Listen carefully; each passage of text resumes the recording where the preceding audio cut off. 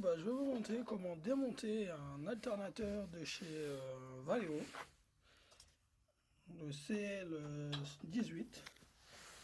Moi, j'ai déjà commencé à procéder à plusieurs étapes déjà. J'ai enlevé tous les boulons qu'il y avait, bon, bah, déjà qui possédaient dans le guillot. Donc du coup, tous les boulons ont déjà été dévissés. Donc du coup, bah, moi, personnellement, je vais vous montrer comment extraire les roulements à l'intérieur. Parce qu'il y en a plusieurs. Donc du coup, éventuellement, comme je suis encore, encore un petit peu au niveau d'amateur, donc du coup, je vais vous enlever. Je vais vous mettre à peu près plus ou moins comment je déboîte tout ça. Il faut enlever cette partie-là. Voilà. Ensuite, vous avez un roulement qui est ici. Toi, tu fais... Ouais, un enfant. Et du coup, vous avez encore un roulement qui se situe à l'intérieur. Bon, bah, celui-là, bon, bah, impossible de l'enlever. Mais bon, il faut aller à la presse. Bon, bah, je vais vous montrer comment je le fais. Moi, je vais à la presse. Voilà, hop. Bah, je vous montre, c'est une presse de chez Facom. Éventuellement. Voilà, c'est une presse Facom 30 tonnes. Voilà, donc du coup, je vais le mettre dessous pour enlever le roulement. Donc du coup, je vais essayer de caler le téléphone parce que en ce moment, je suis encore un amateur, comme je vous l'ai dit. Donc du coup, j'essaye de faire au mieux pour montrer aux gens qui sont intéressés pour effectuer leur propre réparation par eux-mêmes. Parce que c'est vrai qu'un alternateur chez Citroën, ça vaut un bon paquet. Chez Citroën, c'est 800 € l'alternateur. Mais bon, chacun trouvera son compte si on le fait soi-même. Vous le mettez dans le porte-V, l'alternateur, pour extraire le roulement. Vous allez mollo parce que c'est vrai que c'est quand même assez fragile et délicat. Vous le positionnez assez bien. Voilà, vous le positionnez comme ça. Et ensuite, vous retenez surtout l'alternateur parce que avec la presse, ça risque de partir. Voilà. Et là, vous allez doucement, délicatement extraire la partie. Voilà. Cette partie-là. C'est la partie de l'alternateur. Comme on voit, voilà, c'est une bonne partie qui est assez rouillée. Mais bon, un bon papier de verre, de la graisse, et voilà, c'est reparti parce que c'est une Citroën phase 3. Une 2 litres 163 chevaux boîte auto. Voilà, donc du coup, voilà, faut tout refaire, au bout de 10 ans, pas loin de 10 ans la voiture. Du coup, faut tout refaire. Voilà, vous voyez l'état. Donc du coup, voilà, il faut enlever ce roulement. Voilà. Il y a encore un roulement à l'intérieur. Je vais vous montrer comment on va l'enlever, surtout. Voilà. Ça va vraiment? Ça va vraiment? Allez. Ok. On est d'accord? Tiens, ça.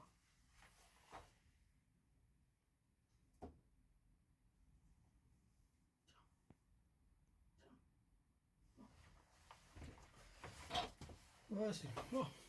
On va procéder à cette partie-là. Moi, voilà, j'ai cette partie-là, qui est déjà, enlevée. Bon, moi, la technique que je fais, c'est toujours avec un fer à souder. Il faut, enlever la partie qui sont là. Bon, là, ils sont là. Bon, après, pour marquer les marquages, parce qu'il faut surtout pas se tromper sur les marquages. Moi, j'ai demandé à ma femme, le vernis, parce que ça marche toujours. Donc du coup, vous faites un marquage en fonction, parce que là, vous voyez, vous avez une couleur, et la couleur, elle correspond à celle-là. Et ainsi de suite. Chaque couleur a son encoche. Et c'est plus pratique pour pas se perdre, et surtout pas faire n'importe quoi. Voilà. Ensuite, je vais vous montrer, du coup, on a plusieurs parties. Donc du coup là, je vous ai montré une partie de ce qu'il fallait démonter. Donc du coup, après voilà, vous les mettez bien dans l'ordre parce que vous avez la roue libre. Mais celui-là, il est mort parce que si je vous le montre personnellement, si vous devez voir, hop, comme on peut voir, celle-là, je peux faire tout ce que vous voulez. En fait, elle bouge ni dans un sens ni dans l'autre. Donc du coup, c'est comme ça qu'on sait que si la roue libre est morte ou pas. Parce que normalement, la roue libre, elle a qu'un seul sens de rotation. Elle n'en a pas deux. Donc du coup, on peut jouer, du coup, elle avance. Mais on peut pas faire un retour en arrière. En fait, elle se bloque, mais c'est la particularité de la roue libre. C'est pour ça. Donc du coup, celle-là, elle était morte. Donc du coup, j'en ai en profité pour démonter l'alternateur. Pour tout refaire. Hey. Voilà. Donc du coup, j'ai tout refait. Ça serait plus simple. Voilà. Ensuite, je vais vous montrer comment enlever le roulement qui est à l'intérieur de ce flasque-là, de l'alternateur. Bon, voilà, vous avez 4 vis Torx. Bon, c'est du T20, je crois, de mémoire. Il y a juste à défaire, hein. Il n'y a pas... c'est pas non plus compliqué, voilà. Vous avez juste à les défaire. On a été coupé, donc du coup, je vais vous remonter. Oh là, je pense que c'était à l'inverse. Voilà. C'est 4 vis Torx. Donc du coup, vous avez juste à les défaire. Bon, c'est pas serré comme un bœuf non plus. Un Chevalier, je pense pas que il le serre au max. Bon, après, juste par mesure de sécurité, mettre un fin filet de chez Loctite. Bon, après, c'est chacun fait comme il le veut. Hein. Donc, du coup, voilà. Bon, je vais vous montrer. Hein. Après, je peux. Voilà. Donc, du coup, vous enlevez les 4 vis. Bon, après, c'est un conseil. Moi, je préfère les mettre un peu dans l'huile pour que ça enlève un petit peu. Ça les lubrifie et comme ça, au moins, ils prennent pas de bruit. Voilà, mais bon, vu que c'est des vis en alu, généralement, vous n'avez rien à craindre. Voilà. Voilà. Ensuite, vous avez un flasque qui va s'enlever. Voilà. Voilà. Donc, du coup, elle va s'enlever. Vous l'enlevez.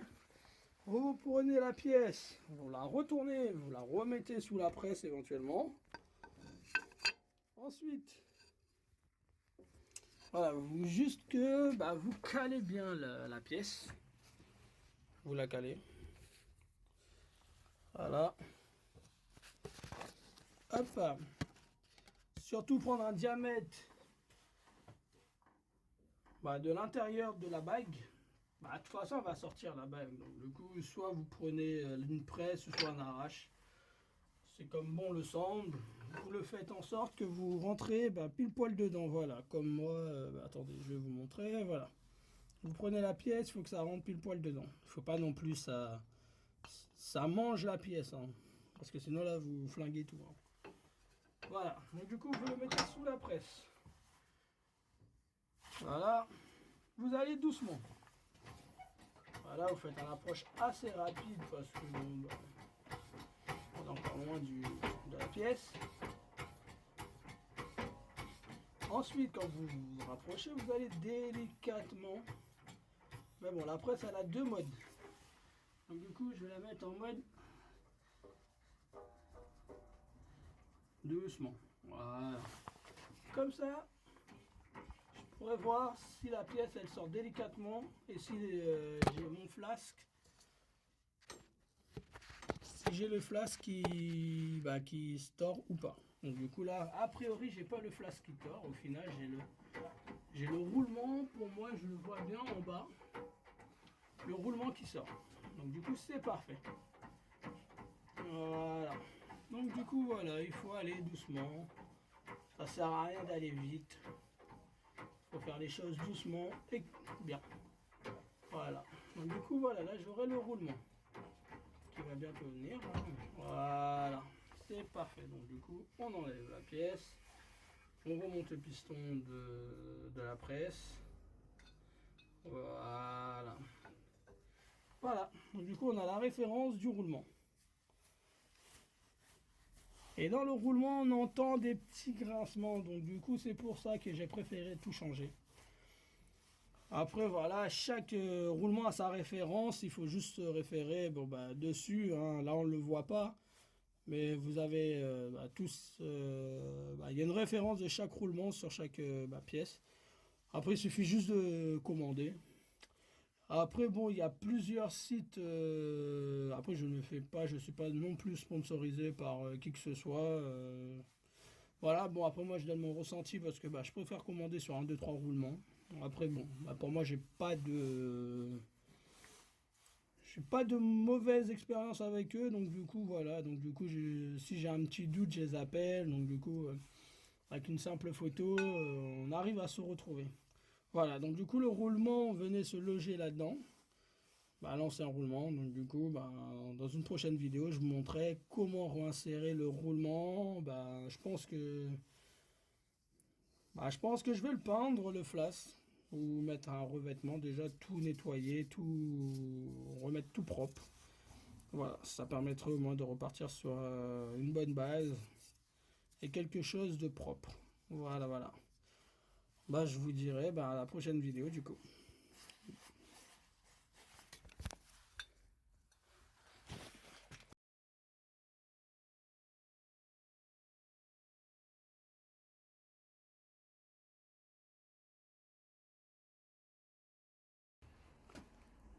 Voici, je vais vous remonter. Comment remonter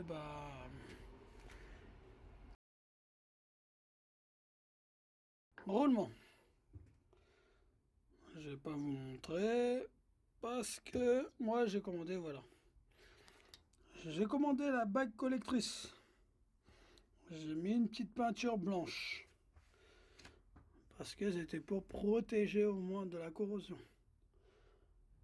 Dans tous les cas, celui qui a été mis là, celui qui était en dessous, moi je l'ai repeint en rouge. C'est juste un petit coup d'esthétique. Mais voilà, chacun fait comme il veut. On prend la bague de la douille, on s'y pend, on essaye de se positionner dans la bague intérieure, pas la bague extérieure, hein, les mecs, hein. Ou les femmes là qui font, chacun fait comme il veut. Moi, je prends toujours la bague intérieure. Voilà, vous voyez bien, j'appuie sur la bague intérieure. Voilà, donc le but c'est de le ramener au plus bas. J'ai mis de la graisse cuivrée. Voilà, là vous pouvez voir que ça tourne. Tout tourne bien. Hein. Au début, il y avait beaucoup de jeux. Et là, la preuve, je peux vous faire tourner le truc. En fait, ça tourne comme si c'était dans une hélice, qu'en fait. Voilà. On va reprendre ça. Je vais vous retourner la caméra. Et que vous voyez à peu près ce que ça donne une fois que c'est pressé. Voilà. Le but, c'est de... Voilà. Une fois que vous avez tout démonté, voilà. Moi, j'ai mis du SKF. Référence primordiale, hein, quand même, hein, chez SKF quand même. Hein. Voilà, vous avez votre stator. Ouais, voilà. On a 6 bornes. 6 bornes. Tac, tac. C'est tous des phases. Une fois que vous avez réussi à les dissocier de votre alternateur, c'est parfait. Une fois que vous avez pu remplacer les roulements, moi, voilà. Bon, oui, effectivement, je vais vous montrer toute la manip que je vais faire parce qu'en fait, au final, je suis avec. Voilà, j'ai mis le High Speed de chez SKF. Après, je ne sais pas si vous allez le voir. Attendez, je vais vous dire. SK. Voilà, il est là le SKF. Voilà.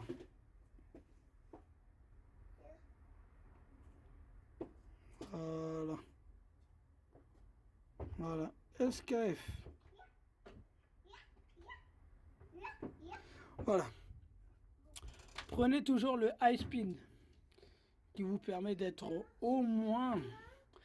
Ça vaut plus cher, mais c'est toujours mieux. Moi, j'ai repeint mon alternateur parce que bon, bah, c'est un goût pour moi. Chacun fait comme il veut, la couleur, comme il le souhaite. Mais voilà. Bon, au final, quand on le fait tourner, l'alternateur répond.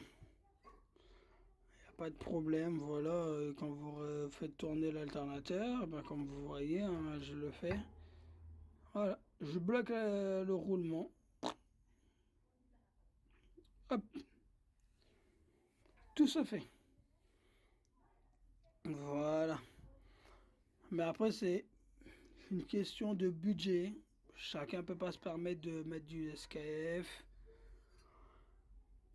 Bon, moi je dis toujours, mieux vaut économiser, pour mettre dans la qualité. Même moi, j'ai mis du temps à refaire mon alternateur. J'ai mis au moins un mois avant de refaire mon alternateur parce que vous allez voir, il y a eu des coupures. Et les coupures, c'est dû à parce que j'attendais les pièces. Voilà. Mais quand vous faites tourner votre alternateur, il n'y a pas de souci sur l'alternateur. Voilà. Ben voilà. Je vais vous refaire une vidéo pour ça. Comment remonter tout ce bordel là surtout. Allez hop. Voici voilà. Moi je remonte l'alternateur tout rouge. Voilà. Tout a été remonté. Tout a été changé. Voilà. Tout a été changé. Je vais vous montrer comment moi, perso, comment je procède à un échange standard. Perso, j'ai du mal à tenir la caméra parce que je suis tout seul. Mais je vais essayer de faire de mon mieux. Voilà. En espérant. Du mieux, hein. Effectivement. Voilà. Faire des photos alors. Bonjour, bonjour. Bah, je vais vous montrer la phase finale là, de la voiture du coup. Ce qui s'est passé après les réparations de l'alternateur.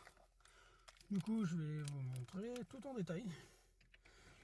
Du coup, pour faire le test, bon voilà, vous avez tout ça. Voilà, bon, la voiture sort de rouler un peu. Hein. Désolé pour le flash, mais je crois que je peux pas trop l'enlever. Je ne peux pas l'enlever. Comme il fait nuit, donc du coup, désolé, j'essaye de faire un peu moins d'éclair si possible. Voilà. Du coup, ce que vous avez le logo de la batterie, le logo du moteur et le frein de parking, ce qui est électrique sur cette voiture, vu que c'est une Citroën C5 exclusive, boîte auto. Voilà. Donc du coup, pour faire les tests, il faudra vous munir d'un multimètre. Je vais vous faire ce qu'il faut faire. Voilà. Vous démarrez le véhicule. Voilà, moi j'ai les phares auto. Voilà, comme vous voyez, la voiture elle se met en auto. En fait, le but c'est de demander au maximum à la voiture toutes les options qu'elle a. Mettre le plein phare, les feux de brouillard, tout. Mettre la musique à fond si c'est possible. Bon, si ça gêne personne, bien évidemment. Voilà, moi ce que je vais faire, je vais mettre un petit peu le chauffage au maxi. Hein. Ça va beaucoup solliciter l'alternateur. Le but c'est de voir si les défauts apparaissent. Voilà. En même temps, ça tombe bien, il faudra qu'on y aille voir dans le capot du coup. Voilà, a priori, comme on peut voir, la voiture est démarrée. Je vais lui demander le plein phare du coup. Voilà, là vous avez, comme vous voyez, hein, le plein phare, le phare, le plein phare. Du coup voilà, je vais faire l'anti-brouillard. Voilà, on va rester comme ça. Et on verra est-ce qu'elle va mettre un défaut. Mais logiquement non. Si toutes les réparations sont bien faites. Voilà, c'est pour ça que j'ai mis le flash parce que du coup comme j'ai fait la vidéo la nuit, donc du coup on va rien voir. Voilà, la voiture, comme on voit. Du coup, on va prendre le multimètre. Du coup, on va prendre le multimètre. Voilà. Hop, désolé. Voilà. Le siège de l'enfant. On va ouvrir le capot. Du coup, je vais vous montrer la couleur de l'alternateur. Moi, j'ai eu une petite couleur à faire. Parce que j'aime bien cette couleur-là, le rouge. Voilà. Du coup, vous mettez votre multimètre sur courant continu parce que c'est pas tout. Et voilà la fameuse pièce de l'alternateur changée. Du coup, moi j'ai changé tout. Je vous refaire. Voilà, l'alternateur est ici. J'ai enlevé le cache qu'il y avait. J'ai enlevé un cache parce que je trouvais que ça demandait beaucoup à l'alternateur. Je sais pas, je trouvais que ça obscurait la ventilation. Voilà, voiture tournant les phares. Attendez, je vais juste mettre ça. Pause.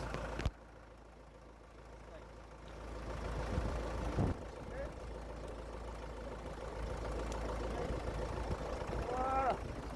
On va toucher les poils. Du coup, le négatif, on va mettre tout ensemble. Là, on est sur le positif. Donc du coup, on va le bloquer le positif. Voilà. Et ensuite, on va le mettre sur le négatif. Le moins quoi. Voilà. Logiquement, on doit trouver une tension inférieure à 14,70 parce que au-dessus, c'est pas trop bon. Voilà. Du coup, comme on sollicite beaucoup, on est à 14,30. Ce qui est pas mal. À 14,30. Moteur au ralenti. Voilà. Voilà, attends. Oui, vu que c'est pas évident. Hein. Ah. Voilà, 14,30. On va cette fois-ci éteindre à peu près tout ce qu'il faut. Des phares. Voilà, là, la voiture. Alors, on va éteindre le plein phare.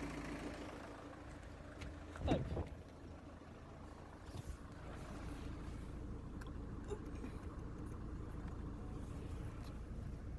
Et la clé, le chauffage surtout.